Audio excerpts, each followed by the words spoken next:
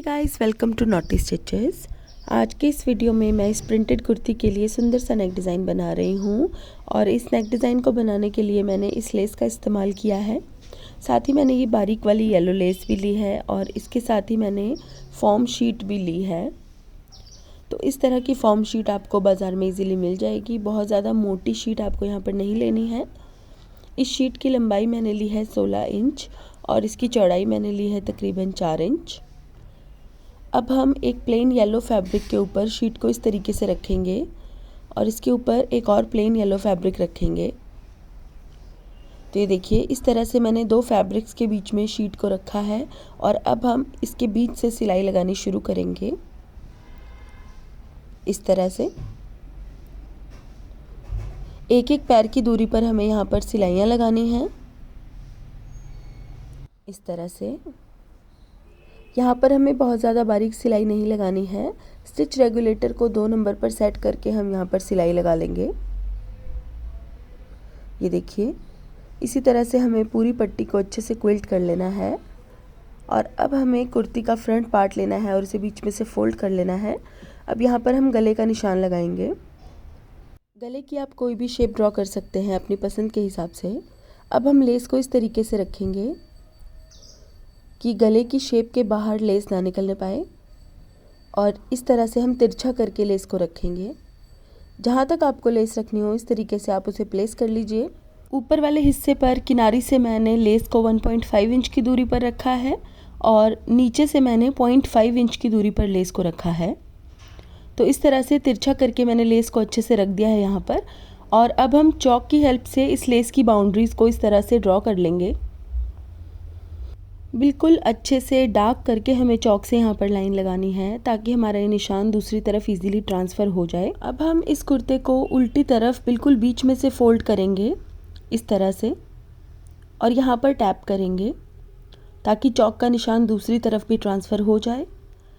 तो ये देखिए, यहाँ पर जो हमने चॉक से निशान बनाया था वो दूसरी तरफ भी ट्रांसफ़र हो गया है। अब हम इसको अच्छे से ड्रॉ कर लेंगे। ये देखिए, तो इस पैटर्न को मैंने यहाँ पर ड्रॉ कर लिया है। और अब जो हमने येलो कलर की क्विल्टेड पट्टी बनाकर तैयार की थी उसे हम बीच में से इस तरह फोल्ड करके क्रीज बनाएंगे और इस गले के बिल्कुल सेंटर में हमें इस तरह रखना है इसको और इसके साइड्स पर सिलाई लगा लेनी है। इस तरह से सिलाई लगाते हुए इस चीज़ का ध्यान रखना है कि कपड़े में बिल्कुल भी बल नहीं पड़ने चाहिए। बहुत ही सफाई से हमें यहाँ पर सिलाई लगानी है। तो इस तरह से सिलाई लगाने के बाद हमें इसके साइड्स में लेस को रखना है।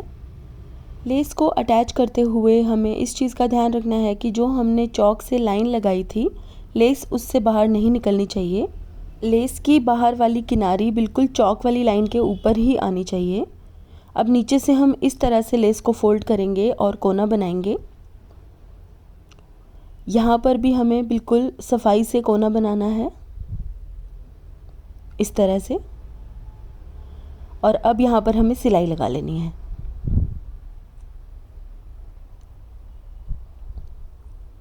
इस तरह से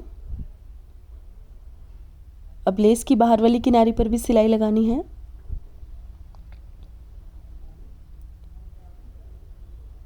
और बिल्कुल सफाई से इस लेस को हमें गले के ऊपर अटैच कर लेना है इस तरह से।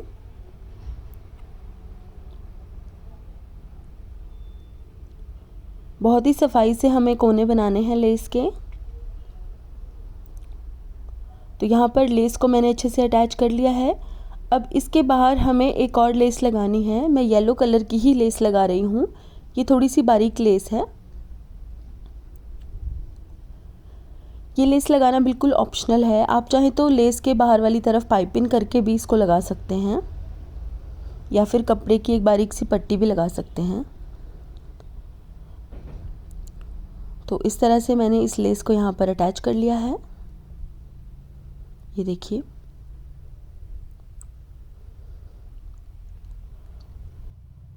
तो इस तरह से लेस को अच्छे से अटैच करने के बाद हमारा ये पैनल बनकर तैयार हो चुका है।